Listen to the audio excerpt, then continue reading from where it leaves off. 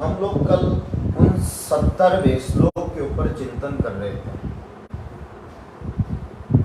वो श्लोक है, या निशा सर्वभूतानां तस्यां जागृति संयमी, यस्यां जागृति भूतानि सा निशां पश्यतो मुने। ये उल्टी अवस्था बताइए। संसारी और साधक। या निशा सर्वभूतानां तस्या जागृति संयमी। अब हम लोग किसी ब्रह्म के विषय में कुछ जानते नहीं है। ब्रह्म क्या है, शिव क्या है, विष्णु क्या है, वो तो छोड़ दो, हम अपने स्वयं के विषय में भी बहुत ज्यादा जानते नहीं है। आप इतना चिंतन करें, इस शरीर में प्रतिष्ठित आखिरी में कौन है जिसके द्वारा हम लोग देख रहे, चल रहे, खा रहे, पी रहे, सो रहे, काम धाम कर रहे, व्यापार कर रहे, बड़े पैसा कमाकर नाना प्रकार के पद प्राप्त कर रहे हैं, या भिखारी काम कर रहा है, या मध्यम वर्ग, हर एक वर्ग, एक हाई लेवल का वर्ग, एक मीडियम लेवल का और लोअर लेवल का। इसमें किसी भी प्रकार से किसी भी व्यक्ति को अगर पूछा जाए, मैंने एक दिन कहा था कि हम लोग लीलावती के मालिक, जब हम एक बार लीलावती में गए जांच करने, बहुत बड़े डॉक्टर है अपने देश के, उन्होंने मुझे बड़े संदेहास्पद और शंकास्पद प्रश्न किए। मैं सोच भी नहीं सकता है कि इतने बड़े डॉक्टर इस तरह के प्रश्न करें। उन्होंने मुझे कहा कि महाराज, पूर्णिमा कौन सी तिथि पे आती है? अरे सत्संग क्या होता है? यही भगवान कहते हैं कि या निशा सर्वभूतानां, व्यक्ति, निशा मतलब निद्रा, सर्वभूतानां मतलब सर्व जग, तस्या जागृति संयमी। कोई भी व्यक्ति अपने आत्म तत्वों के प्रदर्शित करने के लिए, उसका दर्शन प्राप्त करने के लिए, कोई भी व्यक्ति उस तरह का जो उद्योग होना चाहिए, या एक लालची व्यक्ति पैसा कमाने के लिए जितना उद्योग करता है, उसमें पतन उत्थान के समय जितना परेशान होता है, प्राप्ति में जितना प्रसन्न होता है, उतना कोई भी जीवात्मा अपने आत्म तत्व के लिए किसी भी प्रकार का ना परेशान है, ना प्रसन्न है, ना उसके लिए प्रयत्नशील है। श्रोताओं, अगर हम लोग वास्तविकता में देखें, जितना भी संसार में हम लोग पति, पत्नी, पुत्र, पैसा, पद, प्रतिष्ठा, ये शरीर से निर्मित है। लेकिन शरीर किससे निर्मित है? ये आत्मनिर्मित है।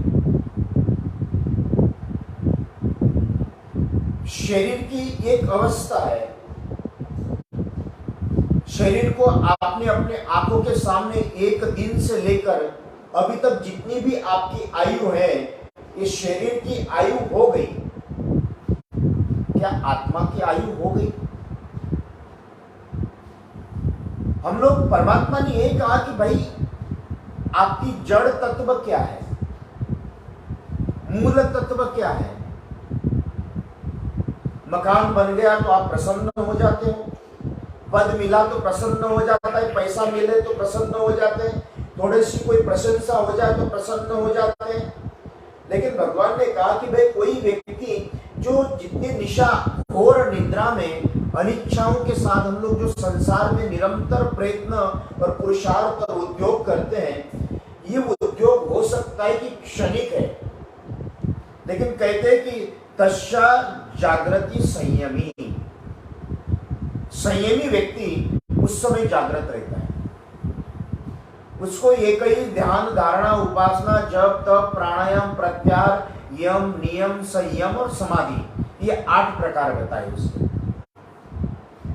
इस 8 प्रकारों में खाली आज हम लोग आजकल लोग खाली सीधे सीधे प्राणायाम बताते हैं, जबकि प्राणायाम तुरंत फल नहीं देता है। सबसे पहले कहा कि यम से चलो, नियम से चलो, संयम से चलो, फिर प्राणायाम, चौथा प्राणायाम, फिर प्रत्याहार है। ऐसे 8 प्रकारों का एक अनुभवों के साथ में उसके ऊपर, जैसे पेड़ का बीज अगर मिट्टी में गिरता है तो अब जाकर उसका अंकुर आता है, इसी तरह से आत्म तत्व के लिए भी कुछ संविधान बताए हैं। उस संविधान का अगर आप पालन करते हो तब जाकर आत्म तत्व की अनुभूति होती है। और भगवान कहते हैं यशा जागृति भूतानि सा निशाम पश्यतो मुने। अब जिसने परमात्मा को प्राप्त किया है, परमात्मा को छोड़ दो, जिसने आत्म तत्व को प्राप्त किया वो ना लोकेशना में है, ना वित्तेशना में है, ना पुत्रेशना में है।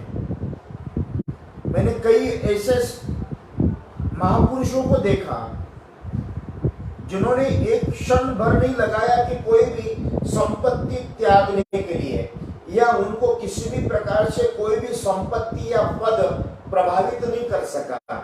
वो कोई भी व्यक्ति उसके लिए जा नहीं सका, भाग नहीं सका।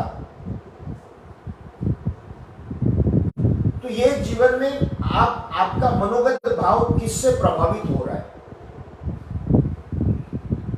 एक महापुरुषों से प्रभावित है या महासंपत्ति से प्रभावित है? आपकी मनोगत दशा क्या है? आपका लेवल क्या है? आप किस वर्ग में बैठे हो? किस तरह की आपकी सोच है? भगवान ने यह कहा कि जो आपकी सोच है उसी सोच के हिसाब से आप समाज के अंदर कार्य करोगे। एक भिखारी भीख मांगने के लिए निकलता है तो उसको लगता है कि आज मुझे 100, 200, 500 रुपए है, अब उसकी क्षमता ही वही है। एक व्यापारी निकलता है तो उसको लगता है 5, 10 हजार, 20 हजार रुपए मुझे मिलना चाहिए।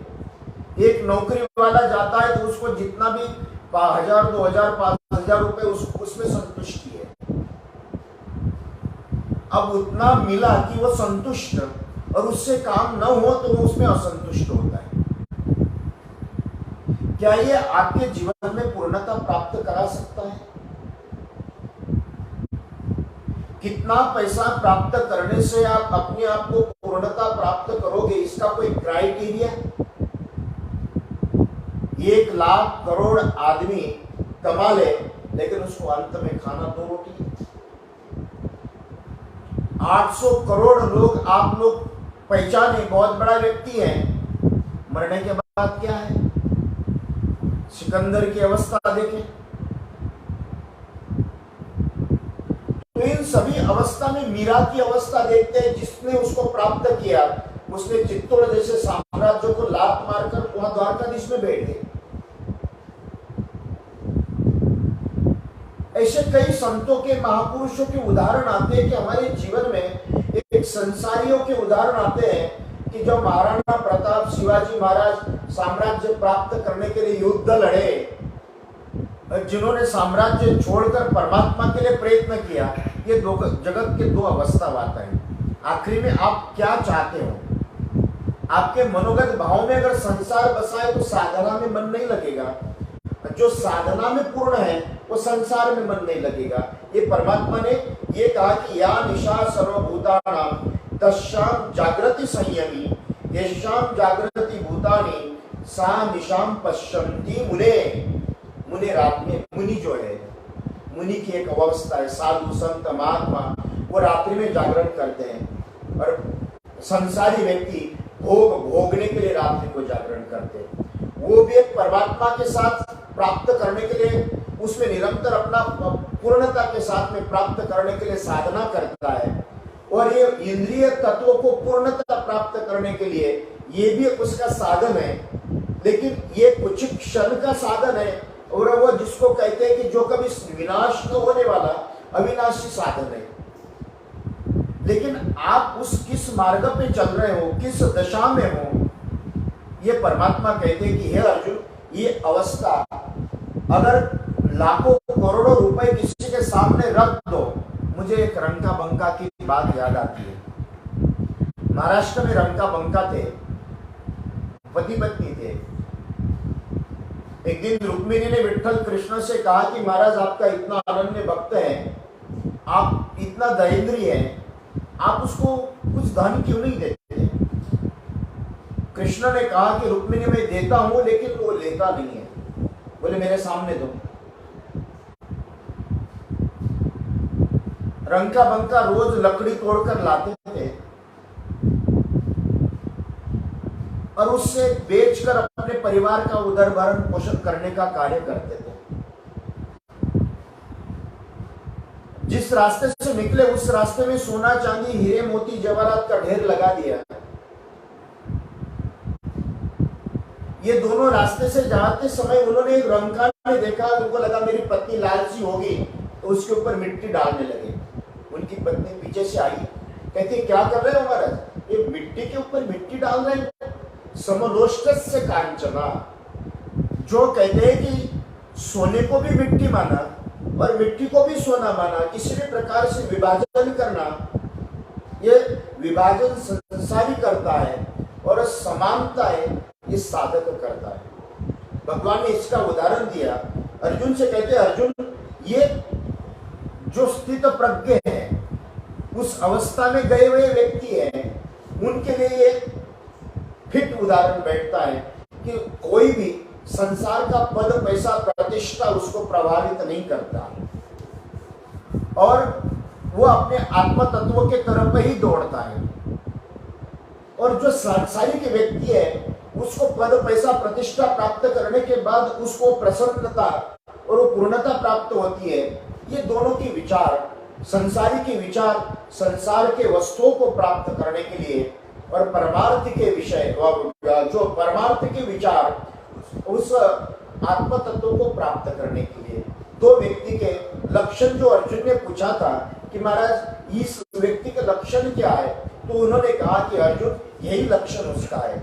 आगे जाकर 70वें श्लोक का उदाहरण देते हुए कहते हैं, आप पूरे मान मत चला प्रतिष्ठा समुद्र मापा प्रविशन्ति यदुता तदत् कामम न प्रविशन्ति सर्वे शा शक्ति मापनोति स काम कामी। श्लोक का अर्थ बड़ा अद्भुत है। समुद्र में कितनी भी नदियां गई वो अपनी मर्यादा नहीं छोड़ता है। आज वर्षा का समय चल रहा है, हजारों नदियां समुद्र में अपना जल लेकर जाती हैं, लेकिन उसके ऊपर किसी प्रकार का प्रभाव नहीं पड़ता है और उष्ण काल में सारी नदियां सूख जाती हैं तो भी समुद्र का पानी कम नहीं होता है। इसी तरह से जिसकी बौद्धिक धरातल इतनी दृढ़ है, तो ऐसे व्यक्ति को कोई भी संसार के पद पैसा प्रतिष्ठा प्रभावित नहीं करता है। ये उस स्थित प्रज्ञ साधनाओं के ऊपर साधन में भी सिद्धता प्राप्त करने वाले आत्मसिद्ध योगी उसके लक्षण बताए कि कितना भी उसके ऊपर मान करे, तथा मान अपमानयो समम सर्वेषु भूतेषु समम जान जित्या राम में सब जग जानी। सभी के मैंने एक दिन आपको उदाहरण बताया था, किसी ने अपमान भी कर दिया।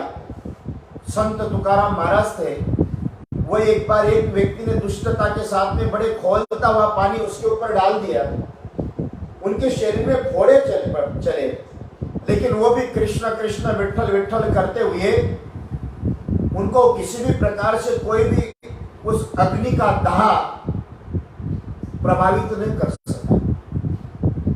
हम लोग भागवत में प्रहलाद का उदाहरण देखते हैं कि जो होलिका थी उसको अग्नि ने जलाने के बाद भी उनकी बुआ जल गई, लेकिन प्रहलाद को कोई प्रभाव नहीं पड़ा। ऐसे कई उदाहरण संत जात तुकाराम, एकनाथ, नामदेव, सूर, रवि, तुलसी, कबीर, आज भी ऐसे कई संत हैं जिनके हृदय के ऊपर समाज का कोई भी प्रभाव नहीं पड़ सकता है। मैंने देखा है, मेरे गुरु जी के गुरु भाई काका गुरु एक पूरे जीवन में एक वस्त्र के अलावा कोई वस्त्र धारण नहीं किया, लेकिन एक एक समय में 5-5 शरीर धारण करते थे। उनको ना सोना, ना चांदी, ना हीरे, ना मोती जवाहरात, किसी भी प्रकार से उनको कभी मैंने प्रभावित होते हुए नहीं देखा। अगर प्रभावित होते, आज हमारे संत कहते हैं कि बाह्य जगत की समृद्धि और अंतरंग की समृद्धि दो प्रकार की समृद्धि है। बाह्य जगत की समृद्धि आपको शरीर को संतुष्ट कर सकती है और आत्म जगत की संतुष्टि ये आपको हर एक स्थान पे संतुष्ट रख सकती है। संत तुकाराम महाराज ने अपने जहां चंद्रभागा में से संत नामदेव ने पत्थर निकाले और उसका पारस बना दिया। मरे हुए सर्प के ऊपर दृष्टि डालते ही सोने का हो गया। शिवाजी महाराज ने उनके जोड़े आदर करते थे, उनके लिए तब 500 मन सोना भेज दिया, लेकिन वो 500 मन सोना भी शिवाजी महाराज को प्रभावित, अपने तुकाराम महाराज को प्रभावित नहीं कर सका और उन्होंने वो सोना वापस भेज दिया। उनका महाराज, ये सोना चांदी मोती ये मेरे प्रभाव मेरे काम के नहीं है, आप राजा हो, आपके काम भेजे हुए दान दिए हुए पुनरअपि वापस भेज दिया। ऐसा ही उदाहरण तुलसीदास जी के जीवन में आता है कि एक साधक बड़ा साधना करता था कि मुझे पारस चाहिए। उसको स्वप्न में आया कि जहाँ तुलसीदास जी के पास पारस है, तो पारस प्राप्त करने के लिए तुलसीदास जी के पास आया और तुलसीदास जी को कहा कि आपके पास पारस है, ये मुझे स्वप्न में राम जी ने बताया। तुलसीदास जी ने कहा मेरे पास पारस है। बोले कहाँ है? जहाँ उस पेड़ के नीचे खोदो वहां पारस मिलेगा। वो गया, उसने पारस मिला, लेकिन उस व्यक्ति को रास्ते में चलते चलते विचार आया कि जिसके पास पारस होने के बाद भी वो घास की झोपड़ी में रहा और उस व्यक्ति ने मुझे पारस दिया। आखिरी में ऐसा क्या उदाहरण है, इससे भी बड़ी कोई चीज होनी चाहिए। तुलसीदास जी के पास आए और पूछा महाराज आपने तो मुझे पारस दिया है, लेकिन इससे भी बड़ी क्या चीज है आपके पास जो आपको पारस ने प्रभावित नहीं किया? तो तुलसीदास जी ने एक चिट्ठी के ऊपर एक कुछ लिखा। उन्होंने वो चिट्ठी खोलकर देखी, उसके ऊपर राम लिखा हुआ था। बोले पारस को भी बनाने वाला मेरे पास में है। ऐसे कई उदाहरण इस जगत में आते हैं। भगवान ये कहते हैं कि किसी भी संसार के तथा मान अपमान है।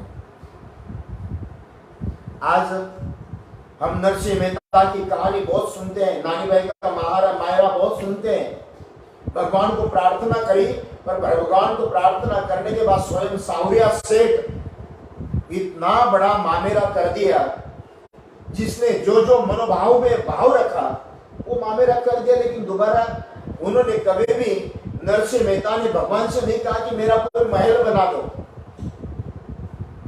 ये परमात्मा के प्रति समर्पण। और मीरा को जब पूछा कि आपके पास कौन सा धन है, तो मीरा कहती कि पायो जी मैंने राम रतन धन पायो। ये संसार के संविधान और संसार के संपत्ति की कब तक?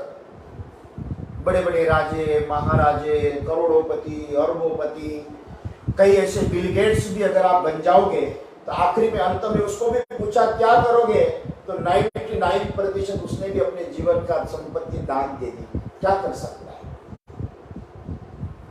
धीरूभाई अंबानी को अगर पूछो तो कहता है कि अगर वो पैसे के बल पे जीवित रहता तो अभी तक नहीं मरता। रतन टाटा से अगर पूछो तो रतन टाटा यही कह सकता है कि मैं आज इतनी आयु का हो गया, एक पैसा भी मेरी कमर सीधी नहीं कर सकता। जो झुकाव झुक गया। मैं ये कोई उदासीनता वाली बातें नहीं कर रहा हूं, लेकिन आपको ये बता रहा हूं कि आपके जीवन में जितना भी उदाहरण है जो आपके भाग्य में होगा, वो भाग्य आपको परमात्मा प्रदान कराएगा। आप वर्तमान में किसी भी वस्तु से परेशान होने की बिल्कुल जरूरत नहीं है, ना प्रसन्न होने की जरूरत है। श्रोताओं, आप इतना ही ध्यान रखना कि अपने परमात्मा ने कहा कि अर्जुन कभी भी अपने विचारों की कर्म की श्रृंखला अपने जीवन में कोई भी मर्यादा का त्याग न करना, ये अपने जीवन का सर्वश्रेष्ठ उदाहरण बताया। पर जिसने ये काम किया है उसके जीवन का सर्वश्रेष्ठ, इसके लिए यथात्मा दृढ़ निश्चया, आपकी दृढ़ बुद्धि। क्योंकि दीपक एक आप देखते हो, छोटा सा दीपक अगर है तो उसको हवा बुझा सकती है, लेकिन वही आग जब जंगल में लगती है तो वही हवा पूरे जंगल को भस्म कर देती है। यही आपके विचार अगर उतने दृढ़ है तो संसार का कोई भी आभा प्रभाव आपके जीवन में प्रभावित तो नहीं कर सकता है। थोड़ी सी चीजें आपके जीवन में आपको दुखी कर सकता है। श्रोताओ, इस श्लोक का हम लोग 70वें श्लोक तक, कल आज तक 2 ही श्लोकों का चिंतन किया। मैं आप लोगों से यही कहना चाहता हूं, अपने मन को थोड़ा, बुद्धि को मजबूत रखो। किसी भी प्रकार के संसार के कोई भी दुख आपको दुखी नहीं कर सके और कोई भी सुख आपको सुखी नहीं कर सके।